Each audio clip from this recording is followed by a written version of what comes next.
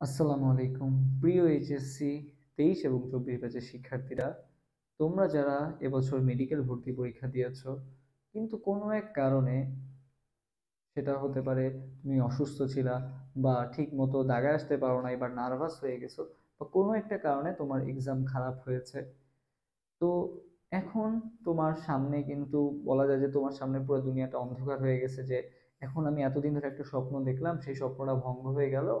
এখন বাকি দিনগুলোতে কি আমি আমার স্বপ্ন পূরণ করতে পারবো? তুমি এখন পুরাপুরি নিজেকে দুনিয়া থেকে আলাদা করে ফেলছো বা ডিটাচ করে ফেলতে চাচ্ছো, যে আমি সোশ্যাল মিডিয়াতে ঢুকবো না। ফ্রেন্ডরা ফেসবুকে স্ট্যাটাস দিচ্ছে যে চান্স পেয়েছি, আলহামদুলিল্লাহ, ডিএমসি, আলহামদুলিল্লাহ, এই মেডিকেল ওই মেডিকেল, অনেক ধরনের স্ট্যাটাস তোমার চোখের সামনে আসতেছে, যেগুলো তুমি মেনে নিতে পারতেছো না। যাকে তুমি ভাবছো যে চান্স পাওয়ার মতো না, সে দেখতেছো ডিএমসি তে চান্স পেয়ে গেছে। এরকমও অনেক উদাহরণ তোমার সামনে এখন আসবে। তো এই সময়টা কিভাবে তুমি পার করবা, বা এই সময়টা তোমার কি কি জিনিস ফলো করা উচিত, তো এই সম্পর্কে আমি কোনো জ্ঞান দিব না, কিছু বলবো না। জাস্ট আমার বাস্তব লাইফে কিছু অভিজ্ঞতা শেয়ার করব। তোমরা এখন যেই মুহূর্তে আছো বা যেই সময়টা পার করতেছো, এই সময়টা ঠিক 4 থেকে 5 বছর আগে আমিও কিন্তু পার করে আসছি আর কি, 2020-21 সালে আর কি। সো মেডিকেলে চান্স মিস করা আসলে, আমরা অনেক সময় বেস্ট এফোর্টটা দিয়েও কিন্তু চান্সটা মিস করে ফেলি। ওকে, সো এইটা নিয়ে খুব একটা হতাশ হওয়া যাবে না। আমি যদি তোমাদেরকে বলি, তাও তোমরা কিন্তু হতাশ হবাই, কারণ স্বাভাবিকভাবে আমরা এই এত বড় একটা যে ধাক্কা, এই ধাক্কাটা কিন্তু সহজে কিন্তু আমরা কাটায় উঠতে পারি না। তোমার অবস্থা ঠিক এখন এই ব্যক্তিটার মতো, তুমি নিজেকে পুরাপুরি আইসোলেটেড করে ফেলছো, কি করবা না করবা বুঝতেছো না। তো এই শেষ সময়টায় আমরা দেখো যে একা একা কিন্তু আসলে, তুমি যদি নিজেকে একা করে ফেলো, নিজে ঠিক মতো পড়াশোনা না করো, খাওয়া দাওয়া বন্ধ করে দাও, কেন আমার চান্স হলো না, সৃষ্টিকর্তা কেন আমাকে চান্স দেয় নাই, মানে তুমি আসলে কারণটা খুঁজে বের করার যত চেষ্টা করবা, তত দেখবা তোমার মনটা তত বেশি খারাপ হচ্ছে আর কি। সো এই সময়টাই কিন্তু তোমাকে ভেঙে পড়লে চলবে না। তুমি এই পৃথিবীতে আসছো নিশ্চয়ই কোনো না কোনো একটা মহৎ উদ্দেশ্যের কারণে, কিন্তু সৃষ্টিকর্তা তোমাকে এই দুনিয়াতে পাঠিয়েছেন। তো তোমার লাইফটা এতটাও ছোট না যে তুমি একটা মেডিকেলে চান্স হয় নাই বলে তুমি নিজের লাইফটা এখানেই স্টপ করে দিবা। তোমার জন্য কিন্তু এখনো অনেক অনেক রাস্তা খোলা আছে আর কি। একটা রাস্তা বন্ধ হয়ে গেছে তো কি হয়েছে, আরো অনেক রাস্তা আছে।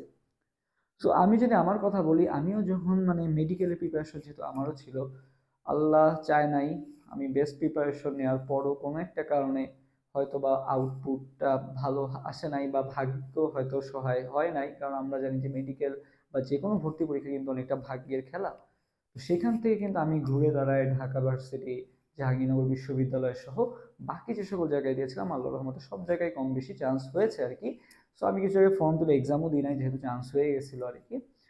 তো খালি ঢাকা মানে খালি হচ্ছে আমার যে মেডিকেলটা আছে, মেডিকেলটাই ফার্স্ট এক্সাম ছিল।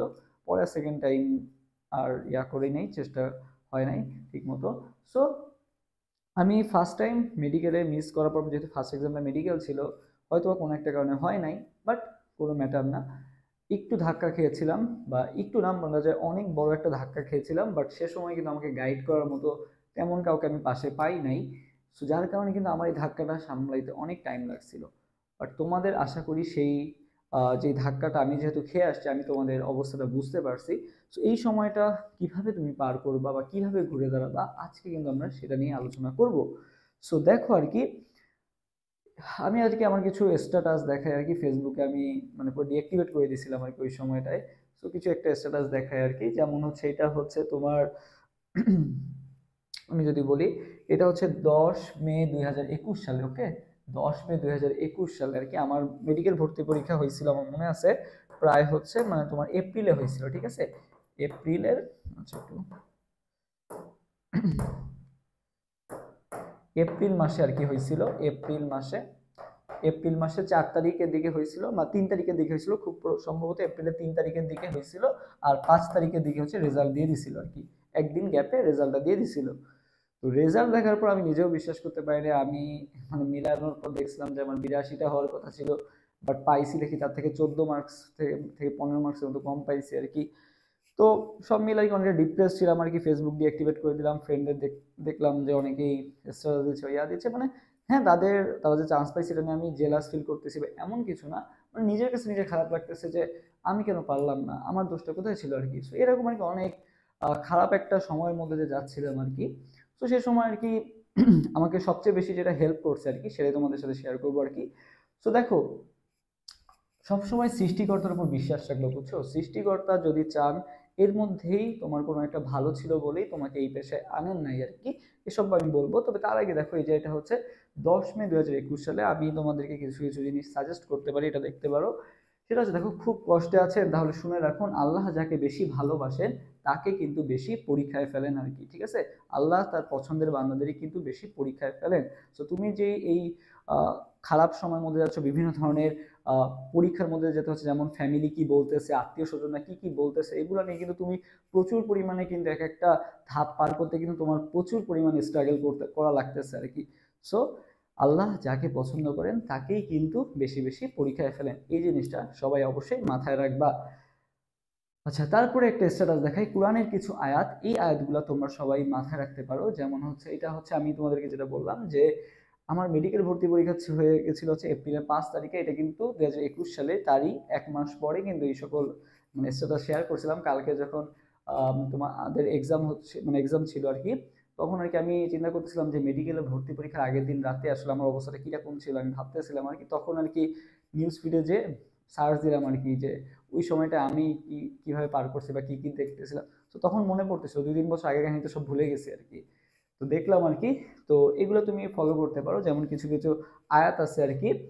সো আল্লাহ তাআলার এই সকল কোরআনের আয়াতগুলো তোমরা অবশ্যই স্মরণে রাখবা, দেখবা এগুলো তোমাকে মানে আমরা যত যাই করি না কেন, দিন শেষে সৃষ্টিকর্তার কাছে যদি তুমি না আসো, সৃষ্টিকর্তাকে যদি তুমি না স্মরণ করো, আলটিমেটলি কিন্তু কোনো লাভ নাই আর কি। আমি দু একটা তোমাদেরকে আয়াত শোনাই আর কি। যেমন এটা দেখো, আমি বললাম আমার অনেক স্বপ্ন আছে যেগুলা বাস্তবে পূরণ করতে চাই, ঠিক আছে? আমি বললাম কি, আমার অনেক স্বপ্ন আছে যেগুলো আমি বাস্তবে পূরণ করতে চাই। আল্লাহ তাআলা কি বলছেন দেখো, আমাকে ডাকো আমি সাড়া দেব, ঠিক আছে? আল্লাহ তাআলাকে তুমি যত ডাক দিবা, বা আল্লাহ তাআলাকে তুমি 5 ওয়াক্ত নামাজ পড়ো, আল্লাহ তাআলাকে স্মরণ করো, আর যে যে ধর্মের হও না কেন সেটা তো অবশ্যই করবা। আমি জাস্ট মুসলমানদের জন্য বলতেছি আর কি, যে আল্লাহ বলেন, আল্লাহ বললেন কি, আমাকে ডাকো আমি সাড়া দিব, কোরআনে বলা হয়েছে আর কি। ওকে, আচ্ছা। তারপর দেখো আরেকটা কথা কি আছে, যে আমি বললাম আমার জীবনে অনেক সমস্যার সম্মুখীন, আমি জীবনে অনেক সমস্যার সম্মুখীন। তো আল্লাহ তাআলা কি বলছেন, আল্লাহকে ভয় করো, আমি একটি উপায় বের করে দিব, ঠিক আছে? তো তোমার অবশ্যই অন্তরে আল্লাহ তাআলার ভয় কিন্তু আনতে হবে, ঠিক আছে? আল্লাহ তাআলার, যে তুমি যেই পাপ কাজ করো না কেন বা যেই কাজ করো না কেন, আল্লাহ তাআলার ভয় অবশ্যই অন্তরে রাখবা। আচ্ছা, তারপরে বলছে যে এই যে মনে করো আমরা কি হয়ে যাই, যে যখন চান্সটা মিস করি তখন কি একা হয়ে যাই না, বা বিভিন্ন কারণে আমরা ডিপ্রেসড হয়ে যাই আর কি। সো আমি বললাম আমাকে একা করে দিও না, আল্লাহ তাআলা বললেন আমাকে স্মরণ করো, আমি তোমাকে স্মরণ করব, ঠিক আছে? আমাকে স্মরণ করো, আমি তোমাকে স্মরণ করব আর কি, ঠিক আছে? আচ্ছা, এরপরে দেখো, আমি বললাম আমি একাকিত্ব অনুভব করছি, ঠিক আছে? আমি একাকিত্ব অনুভব করছি। তুমি দেখবে যে এখন ফ্যামিলি মেম্বাররাও তোমার সাথে ঠিকমতো কথা বলতেছে না, এত এত টাকা খরচ করে তোমাকে পড়ালাম, এত এত মানে তোমার প্রতি এত আশা ছিল, মানে ফ্যামিলি মেম্বাররাও অনেকে কথা বলবে, বাট অনেকে একেবারে পুরোপুরি আলাদা করে দেয় আর কি। তো সেই ক্ষেত্রে তুমি বলবা যে আল্লাহ আমি একাকিত্ব অনুভব করছি। তো আল্লাহ তাআলা কি বলছেন, আমি তোমার নিকটেই আছি আর কি। আল্লাহ তাআলা কিন্তু তোমার নিকটেই আছেন, বা আমার নিকটে, সবার নিকটেই কিন্তু আল্লাহ তাআলা আছেন আর কি, ঠিক আছে? আচ্ছা। সো তারপরে দেখো বললো কি, আমি আমি বললাম যে আমি বিষণ্ণ, আল্লাহ তাআলা বললেন আমাকে স্মরণ করো, আমি তোমার হৃদয়ে প্রশান্তি খুঁজে, মানে তাহলে তুমি তোমার হৃদয়ে প্রশান্তি খুঁজে পাবে আর কি। ওকে, সো লাস্ট অফ অল যেটা মাথায় রাখতে হবে খুব খুব ভাবে, সেটা হচ্ছে যে ওহ আল্লাহ আমি কষ্ট পাচ্ছি, আমি অনেক কষ্টে আছি। আল্লাহ তাআলা বললেন কি, আমার রহমত থেকে নিরাশ হয়েও না। আল্লাহ তাআলার রহমত থেকে কখনোই নিরাশ হওয়া যাবে না, নিশ্চয়ই এর মধ্যে কোনো না কোনো ভালো আছে। সব প্রতিটা অবস্থায়, যেই অবস্থায় হও না কেন, থাকো না কেন, আল্লাহ তাআলার উপর অবশ্যই ভরসা রাখবা। ওকে, সো লাস্ট অফ অল যেটা মনে রাখবা সেটা হচ্ছে যে আমি তো আমার প্রতি অনেক জুলুম করে ফেলেছি, আল্লাহ তাআলার কাছে ক্ষমা চাবা, যে যা হয়েছে হয়েছে, আল্লাহ আমাকে মাফ করে দেন, আমি নেক্সট টাইম থেকে আর কোনো কিছু করব না, বা আপনি আমাকে আপনার রহমত পুরোপুরি দেন, যাতে আমি হচ্ছে আমরা একটা ভালো জায়গায় চান্স পেতে পারি, বা আমার মা বাবা যে স্বপ্নটা আছে, এই স্বপ্নটা যে তারা আমাকে যে দেখছে সেটা যেন আমি পূরণ করতে পারি আর কি। আর যদি নাও পারি, আল্লাহ আমাকে জীবনে এমন কিছু বানান যেটা আমি মানুষের কল্যাণে, দেশের কল্যাণে কাজে আসতে পারে আর কি। সবসময় জীবনের ড্রিমটা বিগ রাখবা আর কি, লাইফটা ছোট না, ঠিক আছে? সো এই স্ট্যাটাসগুলো কিন্তু আমার এই যে 11 মে 2021 সালে আর কি, মানে বলা যায় যে অ্যাডমিশন, মেডিকেল অ্যাডমিশনে 1 মাস পরে কিন্তু এগুলো আমি দেখে দেখে নিজেকে মানে অনেক একা লাগতো, বা যখন অনেক আমি ফ্যামিলি সাপোর্ট যথেষ্ট পাইছি, বাট তাও দিন শেষে নিজের কাছে নিজের একটা গিল্টি ফিল হইতো আয়নার সামনে যখন দেখতাম। তো সেই অবস্থা থেকে কিন্তু কাম ব্যাক করতে হবে তোমাকে অবশ্যই, বুঝছো? আচ্ছা, সো এখন আসি হচ্ছে আমার জার্নিটা বলি। আমিও তোমাদের মতো এরকম একটা অবস্থা, এরকম একটা ফেজ থেকে পার হয়ে আসছি আর কি। সো আমার এপ্রিলে হচ্ছে যেহেতু মেডিকেল এক্সাম হয়েছিল, সো আর তোমার ঢাবির এক্সাম ছিল হচ্ছে, ডিউর এক্সাম ছিল হচ্ছে তোমার অক্টোবরে, ঠিক আছে? অক্টোবরে ছিল হচ্ছে অক্টোবরের 1 তারিখটা মনে আছে ডেটটা, অক্টোবরের 1 তারিখ ছিল ঢাকা ইউনিভার্সিটির ডেট। ওকে, সো ঢাকা ইউনিভার্সিটির ডেট ছিল হচ্ছে কবে, অক্টোবরের 1 তারিখে। সো মাঝখানে কিন্তু 4 থেকে 5 মাস একটা টাইম পাইছিলাম, বাট আমি একটু ইমোশনাল, যেহেতু আমার এই ধাক্কাটা কাটায় উঠতে অনেক টাইম লাগছে আর কি। ওকে, সো তোমাদের আশা করি এরকম যদি পাশে কেউ থাকে বা আমরা আসি অবশ্যই তোমাদেরকে গাইডলাইন করার জন্য। এরকম আমাদের সময় ওরকম অনলাইনে গাইডলাইন করার মতো তেমন কেউ ছিল না 2020-21 সালের দিকে। ওকে, তখন এতটাও উন্নত ছিল না আর কি। সো এই সময় মেন্টাল সাপোর্টটা খুবই খুবই দরকার। ওকে, সো আমি সেই সময় আমার একটা ছিল যে আমার আবার একটা ঝামেলায় পড়ছিলাম, সেটা হচ্ছে আমার ম্যাথ আবার ছিল হচ্ছে মেইন সাবজেক্ট, ঠিক আছে? ম্যাথ আবার ছিল কি মেইন সাবজেক্ট। সো আমি কিন্তু ম্যাথ আমাকে মাস দাগাইতে হয়েছে, ডিউতে আমার ম্যাথ মাস দাগাইতে হয়েছে। So math, biology, physics, chemistry 4টা দাগাই কিন্তু আমার ডিউতে চান্স পাওয়া লাগছে, কারণ মেডিকেলের পর আমরা মেডিকেল যেহেতু প্রিপারেশন নিই, ম্যাথ লাগে না খুব একটা। সো সেখান থেকে কিন্তু কাম ব্যাক করে এই যে তোমার সামনে জলজান্ত উদাহরণ আমি দাঁড়াইছি, যে আমার ঢাকা বিশ্ববিদ্যালয়ে মনে করো আমার টার্গেট ছিলই না ফার্স্টে, ঠিক আছে? আমার মেইন টার্গেট ছিল মেডিকেল। তো সেখান থেকে কিন্তু আমি ওই কাম ব্যাকটা করে কিন্তু আল্লাহর রহমতে ঘুরে দাঁড়াইছি আর কি। আল্লাহর রহমত ছিল বলেই হয়তো বা আজকে তোমাদের সামনে কথা বলতে পারতেছি, না হলে হয়তো এটার সুযোগও হইতো না আর কি। সো এই টাইমটা খুবই ক্রুশিয়াল। এখন আসি যে আমি যে টাইমটা পার করছি, আমার সময় একটু টাইম ছিল ঘুরে দাঁড়ানোর জন্য, বা ছিল আর কি। সো এখন তুমি বলতে পারো ভাই আপনার সময় তো অনেক টাইম ছিল, আপনি তো জন্য ঘুরে দাঁড়াতে পারছেন। সো এখন বলি যে তুমি কিন্তু একা না, ঠিক আছে? আমার কম্পিউটার কারা ছিল, আমার কম্পিউটার যারা ছিল সবাই কিন্তু সেম টাইম পাইছে। ওকে, বাট তোমার ক্ষেত্রে তোমার মতো যারা মেডিকেলে মিস করছে, তুমিও যদি 1 মাস সময় পাও, তারাও কিন্তু সেই সেম 1 মাসই কিন্তু সময় পাবে। সো তোমার কম্পিটিটররাও যে টাইম পাচ্ছে, তুমিও সেই টাইমটাই পাচ্ছ আর কি। ওকে, সেকেন্ড টাইমের হিসাব বাদ, বাট ফার্স্ট টাইমার যারা আছো তাদের কথা বলতেছি। 1 মাস, তুমিও 1 মাস টাইম পাচ্ছ, তারাও কিন্তু 1 মাস টাইম পাচ্ছে আর কি। এখন কোশ্চেন আসতে পারে, ভাই 1 মাসে কি ঢাবি বা জাবি ক্র্যাক করা কি সম্ভব? অবশ্যই সম্ভব, ঠিক আছে? ঢাবি জাবি অবশ্যই ক্র্যাক করা সম্ভব আর কি। গত বছর আমাদের কোর্স ছিল আর কি টার্গেট জেইউ ফুল কোর্স, যেটা ছিল আর কি টার্গেট জেইউ যে কোর্সটা ছিল, সেখান থেকে কিন্তু অসংখ্য স্টুডেন্ট কিন্তু চান্স পাইছে।